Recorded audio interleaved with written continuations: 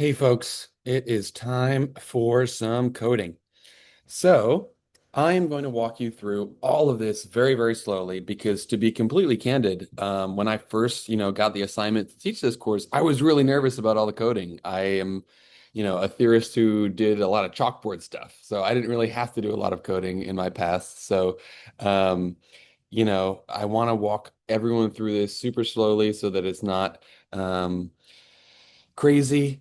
And also, the timing of when I'm going to introduce this is such that you are going to use it for the speed of light lab and the interferometry lab. However, if you can't figure it out in time, it's okay because the objective in introducing it at that time is to show how to use it. And it's just going to reinforce what we learned through Excel because it turns out with our first lab, we had that whole weighted linear regression that we did through Excel. That can be done way easier through Python. So that's one thing that'll help us in the future. Um, and so that's the motivation for not introducing it immediately. I mean, we already have a lot of things in Excel to learn. I think learning Lineast and all that analysis for the first week is plenty. Um, it turns out that we mentioned, in that Excel file, if there's X uncertainty as well, we may need to use something more substantial that Excel can't do. That's not always true. In general, we're going to see two different situations in these two labs, the speed of light and interferometry.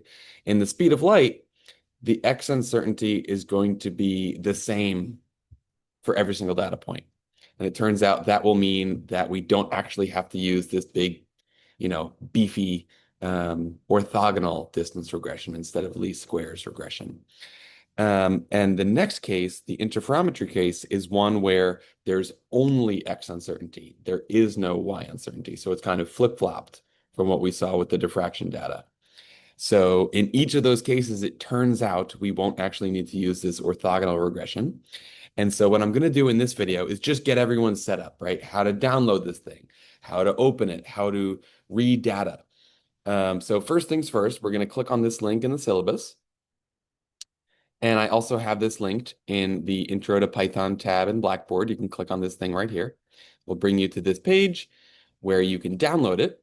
And as soon as it is downloaded, I am in this video, I'm using a Mac. So if you have PC issues, just come reach out to me. I'm sure I could figure it out, but my specialty is Macs. So once you have that downloaded, as an application in your machine, you can bring it onto your dock or wherever you would like to put it. Double click here.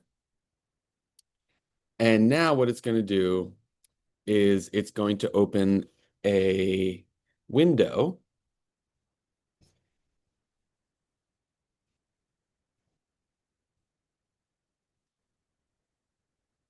after it loads. It's quite a lengthy loading process on this one.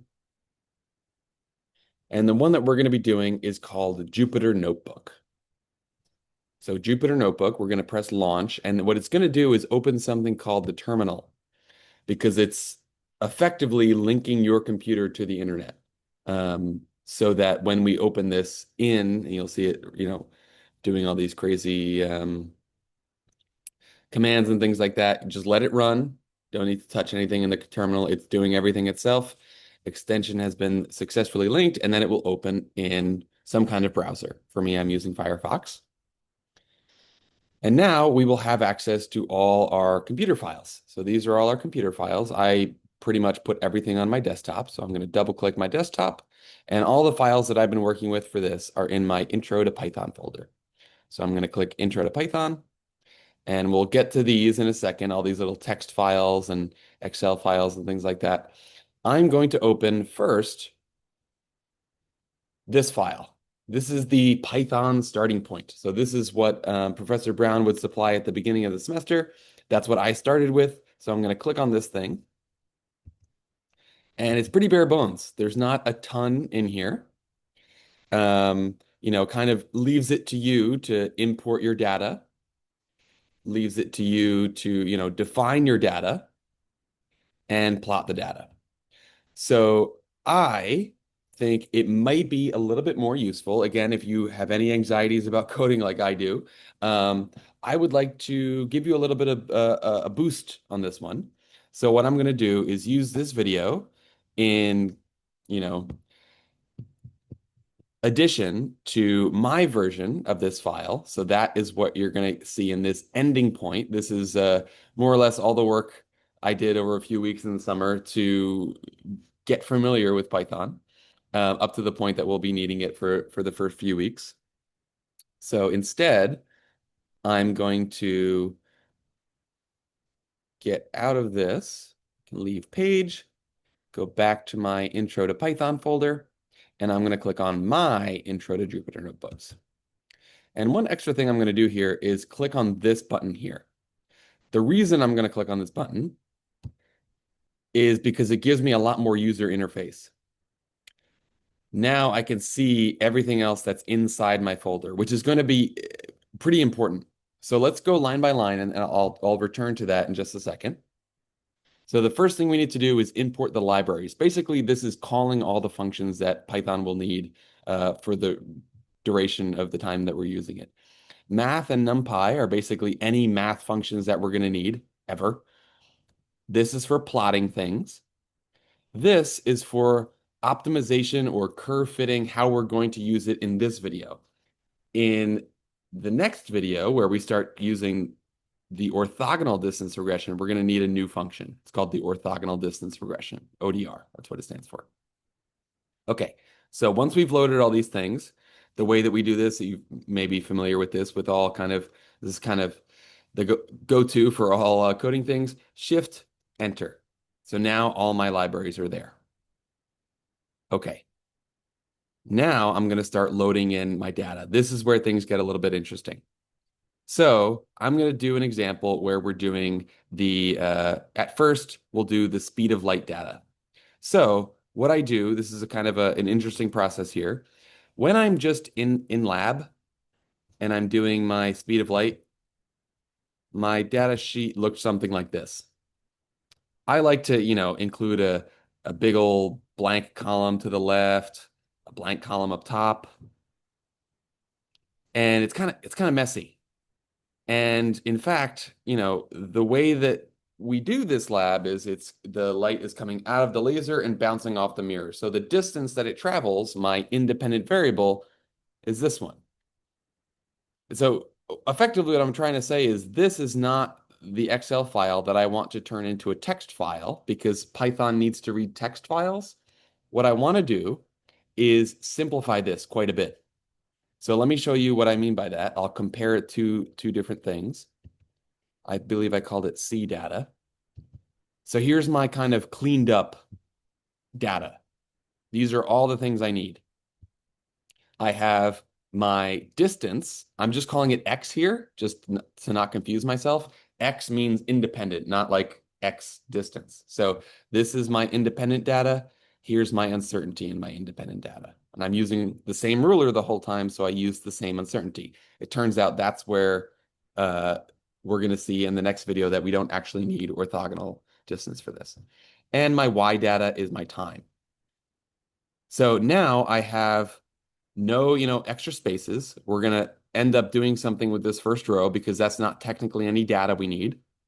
So now that we have this open, we are going to save it as a text file. So then that text file will look something like this. Very, very bare bones. No kind of organization at all.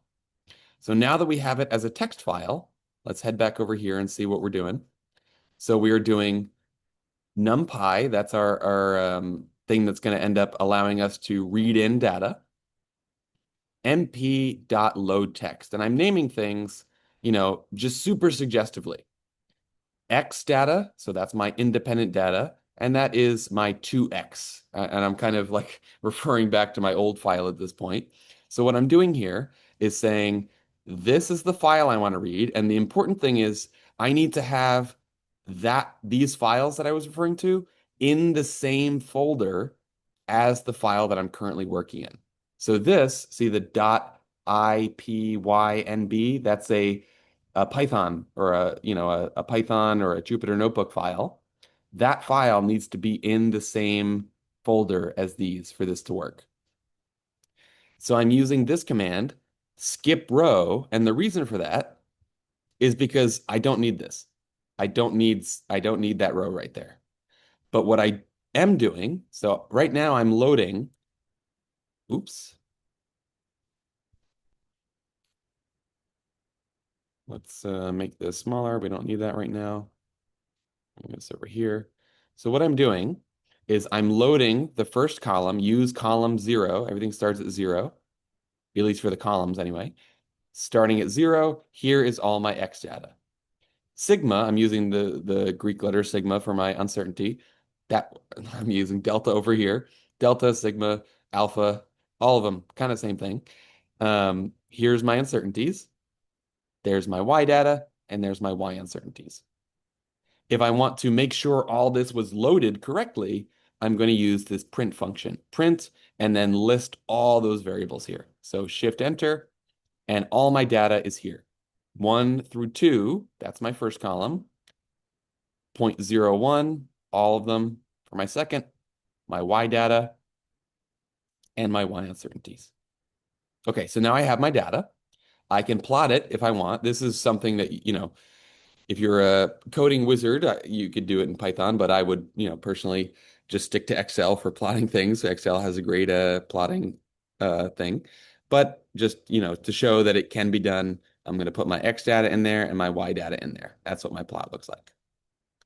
Okay, so now what we're going to start to do is fit the data. This is something that is entirely done, can be done in Excel.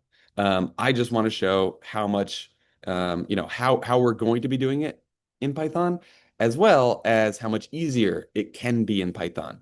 Specifically, once we start, working with the diffraction data. That's something that we did with last week, so we're going to use that. Okay, so first thing we're going to do is define a line. This is taking in 3 variables. Here's my independent variable. There's the slope. There's my intercept. So this is defining a line. Now what I'm going to do is say my parameters. This is basically an array that contains the slope and the intercept. And covariance is basically, it's something that we don't need to have a ton of wherewithal about. It's basically a very in-depth statistical quantity that kind of relates the uncertainties between different variables. So I've linked this YouTube video discusses it very, very well, as well as one of our go-to error analysis books. I put the page in here that talks about that, but not a huge thing that we need to talk about right now. Effectively, it's something that is going to measure our uncertainties in a variety of contexts. So we are using this line. We're giving it our data, and the uncertainties are going to be effectively the diagonal elements of this covariance matrix. So entering that, this is just copied and pasted. And the way that you write things in Python, let's say I wanted to add a cell right here, it's immediately going to go into this mode called code. If I switch this to Markdown, now I can type whatever I want. So that's how I'm copying and pasting these links and these images and things like that. Okay, now I want to print my parameters. Those are the slope and the intercept, the M and B. And then the uncertainties, I defined as uncerts. Those are the uncertainties of those data measurements. So printing this is exactly what I would get from using that lineast function in Excel. So this is just the data. So let's go to this one. Notice I've got intercept, slope, which are exactly the same. 446, 446, 555, 555. Uncertainty in the slope, can read it off right here. Uncertainty in the intercept, we can read it off right here. So easy enough, something we can do in Excel pretty easily. Now what I want to do is instead talk about this one, this giant Excel file that we went through where we did all this, the sum of all the weighting Basically, the reason that we needed to do this was because our y data, sine of theta, had uncertainties in it. So let's see, is there a way that we can do that in Python without having to do all that summing? I mean, look at those functions, right? They're pretty crazy. And it's kind of annoying to, read through this and do every single function piecewise and then do it all together. So let's see if we can, recreate this in Python. So here is my instead of, right, I don't want to read this file in. What I did was I took my data, which is effectively just that, and put that in its own file. So my diff data looks like this. I actually didn't include a first row to skip here. So these are all my M's, my orders of maxima that I'm seeing on the bright fringes. Here are the distances. Here are the uncertainties. Not the distances. Those are the sine thetas right here.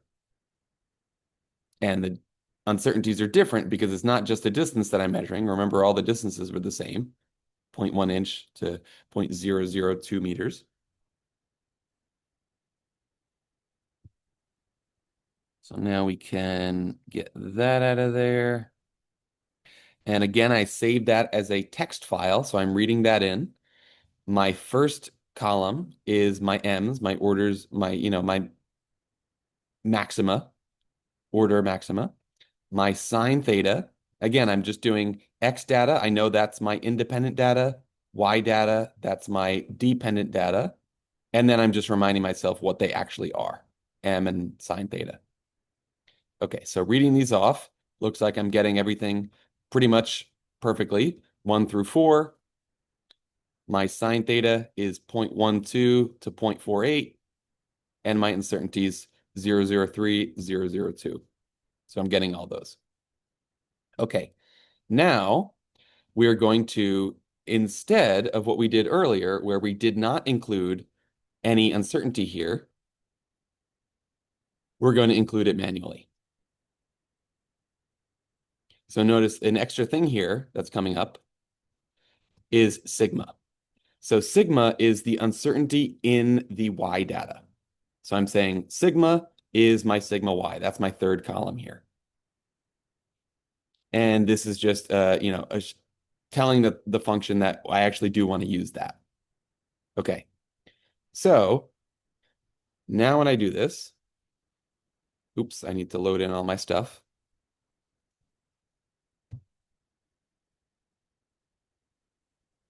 Here we go.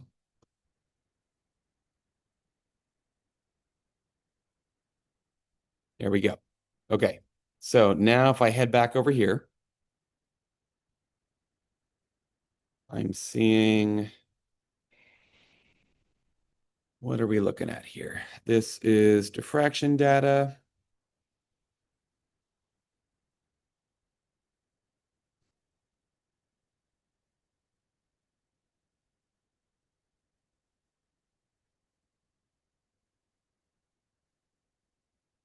Okay.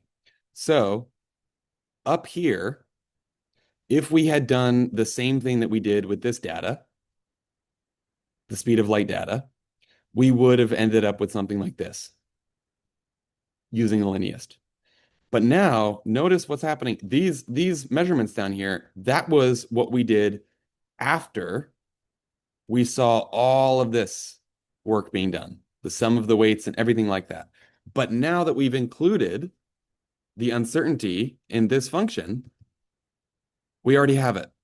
So notice here, this is not matching up with the lineast data over here, right? Because there was no intercept, and that slope is not what that is. These numbers are, down here are already jumping way over to here.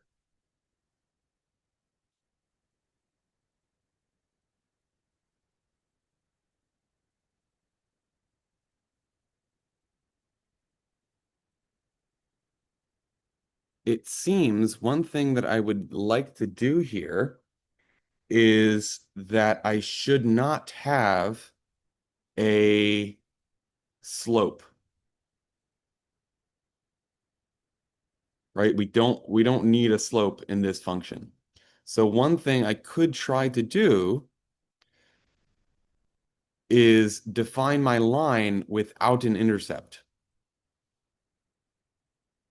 with no b there. In which case I would need to change what my parameters are. Like params would not include two different things.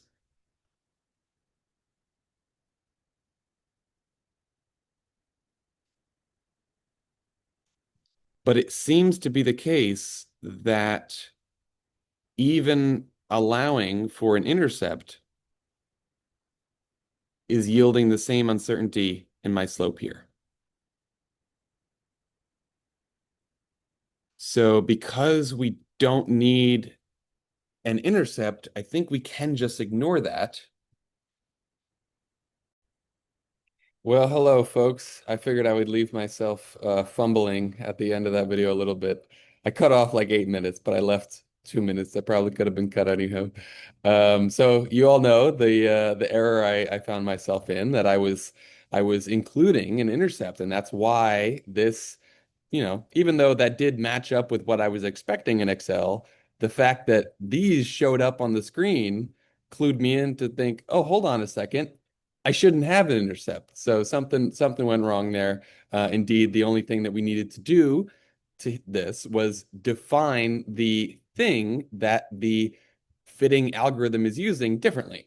So instead of defining the line to be mx plus b, if we just have one parameter, so now, maybe instead of params, I should just call it param. Um, Now I'm giving it the exact same command, but it's providing me a different result. Actually, the result that we ended up finding with the diffraction data. Let me just show you to remind you.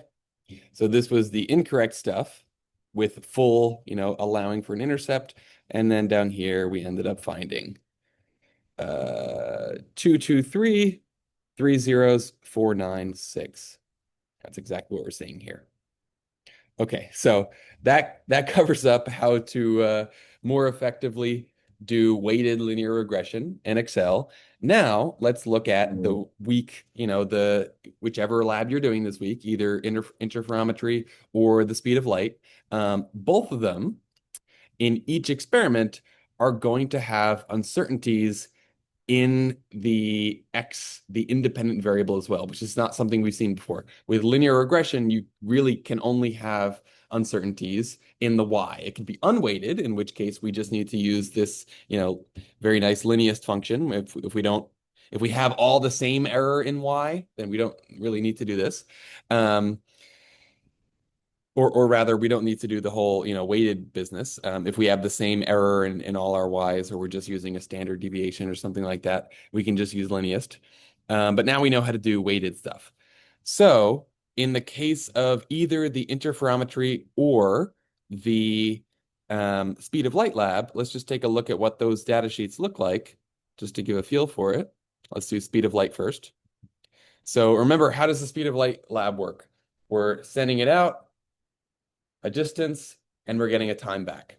So the time back, if you recall, was just me making a guess because the oscilloscope jumped around so much that I just said, okay, it seems like it's jumping around between these two values. All right, I'm going to pick, half of that value. So that one was the same the whole time. So that's all the same error in the y. And so I could just use lineast. You can see that's kind of what I'm doing down here. But the distance that we measure, we're measuring with a ruler. We have eyeballs. There is uncertainty there. And so this is, our main independent variable. That is how far I'm moving my mirror. And depending on how far I move the mirror, this is how much time it took. Just to give you a reminder, this is the equation that we're using. This is our little, intro here, where I'm kind of already using twice the length here. So my independent variable is 2 times the distance I measure, right? Laser to mirror and back. And then the independent is the time.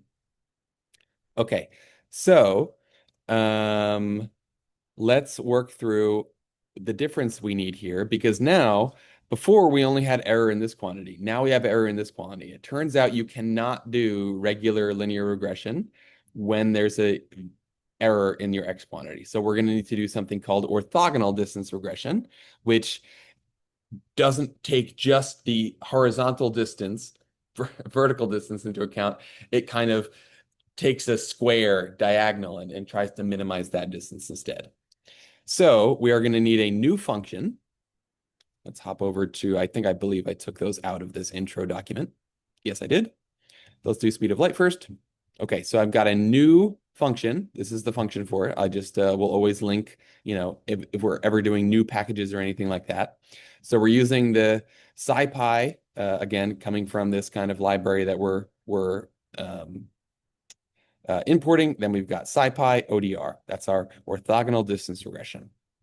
So similar setup at first. We're defining a line. I don't really know why this function needs a vector instead of just saying m and b, but for some reason it needs a vector. So we've got two parameters, kind of like the slope and the x variable we just did, except this a, this capital A is a vector. So we've got a0 and a1. Just think of them as that's the slope, that's the intercept. Don't know why this function needs a vector for your parameter space, but so on, whatever we need. So again, I'm doing the same procedure. You see here these, the text files. I'm cleaning up this, right? You can see that this file is called Speed of Light Lab. And the file that I'm actually using is this one, CData. And so what I do that is just, I know that's my independent variable. I need that information. That's the error in my independent variable. I know that. That's my dependent variable, and there's the error in my dependent variable. So basically my C data Excel file is just those four rows and columns. Five, six. 6 rows, 4 columns. And I put it up in the corner, and then I convert it to a text file, and then I say, okay, skip the first line because I'm using a header, and then each of them in their respective columns. So I had my X data first, and again, it's not necessarily X, it's just me saying X is independent, Y is dependent. So these are all my things that I've read in. Now, a difference here with this function, remember what this used to look like? It used to look like this one, where we gave it the model function, the data. Actually, let's jump over here because this one actually has uncertainty. So we gave it model, data, X data, Y data, and then only get, right, this thing, that didn't have a sigma in the X component. It just said sigma. And the reason for that is when you give uncertainty to a linear regression, you can only do Y data. So that's why we're using this orthogonal here. So now this function takes in sigma in the X direction, SX, and SY. And those I'm defining as the two columns that I was using before. I'm defining a model. This is a kind of an odd setup. It's kind of just wrapping this thing in basically what I'm doing whenever I use a new function in Python, I'm just following exactly what this tells me to do. Any package has a reference document, and I'm just plugging in what I know it needs. So I'm just going through here and doing exactly the steps. Like I said, I'm particularly new to coding in Python. I was always a chalkboard boy when I was doing my research. So here we're giving all the data it needs. We are defining this model, which apparently is just a wrapper for the linear model that we defined earlier. And one little weird extra step to this one is that it appears right here, right, and printing the slope and intercept, this is what we were doing earlier. This is like weighted linear regression. Why am I using this old function, curve fit, not this new function, ODR? Well, because I need to actually supply a guess to orthogonal distance regression. I need to get a pretty good estimate on these numbers, so the slope and the intercept, and I need to provide those numbers to my orthogonal distance regression. So what I'm doing next is I'm defining this thing called guess, and that is I basically just copy and paste what this is, and I put a comma in between. So I'm saying guess that the slope is near this number and the intercept is near that number. Then I can actually start using the function. ODR, this is my actual, I'm defining the thing that needs to run. Here's my big old function, ODR.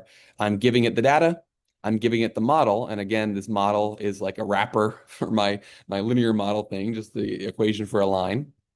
And I'm providing it the guess.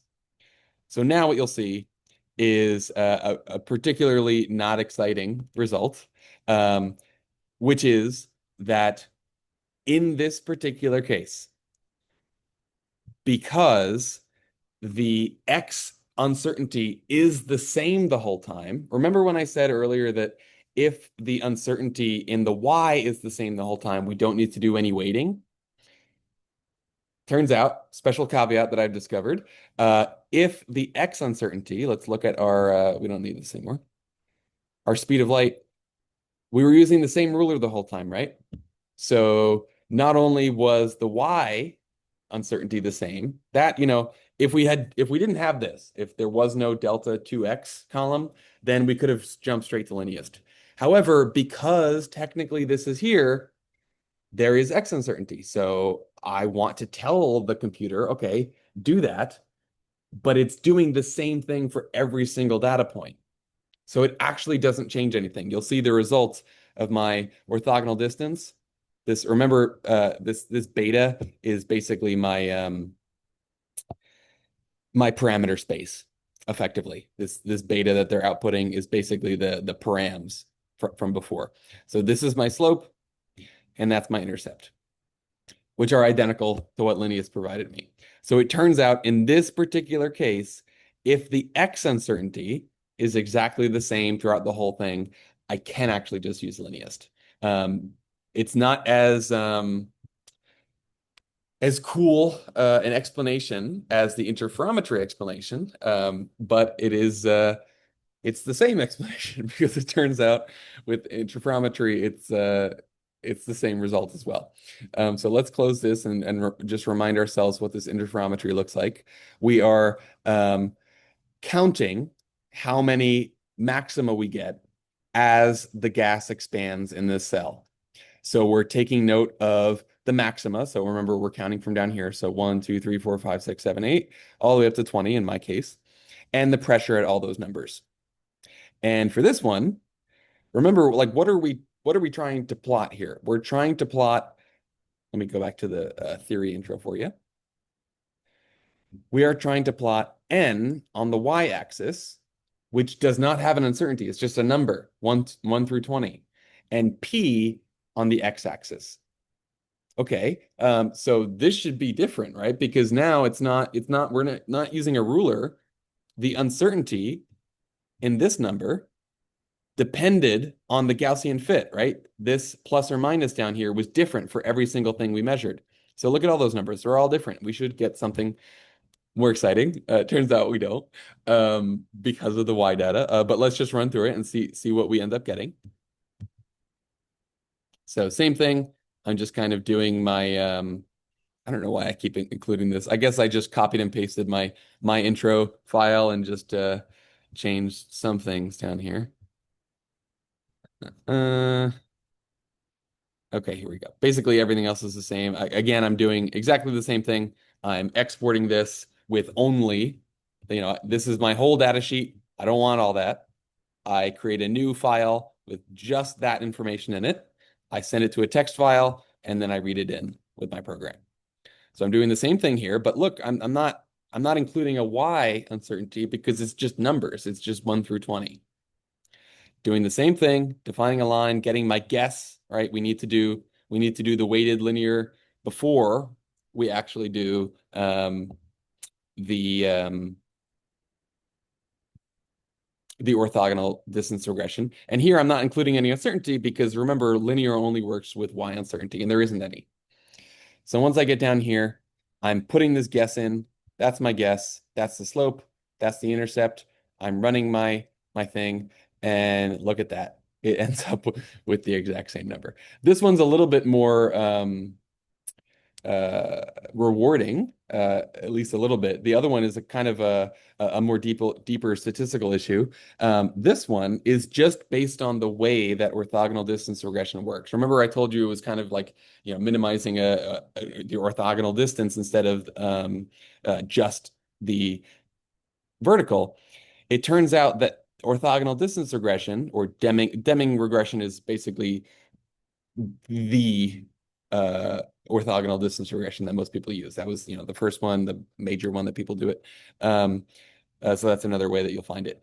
This sum of the squared residuals is basically um, if you had worked through those extra problems in Taylor that I posted the problem and the solutions in last week's video, the diffraction Excel video. Um, this sum of the squares is basically what least squares or linear, fitting, that's what that does. Linear regression or least squares, it makes the squared sum of the residuals the smallest. With orthogonal distance, there's this extra term here, which depends on the ratio of error in the y coordinate. This little epsilon is the error in the y coordinate for this Wikipedia article, and this eta is the uncertainty in the x coordinate. But we don't have any error in the y coordinate. So that means this is just zero. We have some non-zero number in the denominator and zero in the top because there is no uncertainty in that quantity. So that means the entire part about orthogonal distance regression that's different just goes away. So that's why this one's a little bit more satisfying. That's why this answer is identical to this answer. The other one is a little bit statistics that are almost above my head, but not. I just don't think it warrants a ton of discussion. But this one was one that was a little bit easy because it turns out that this is, if we change this, this is the least squares or weighted, not weighted, just linear regression. It's the exact same thing. This is what a residual is, and you are trying to sum those up and get them to be as small as you can. Your actual y data versus the function that you're modeling it based on. You want those things to be identical, right? If you want it to be a line, make sure that your data point stays as close to that line as possible.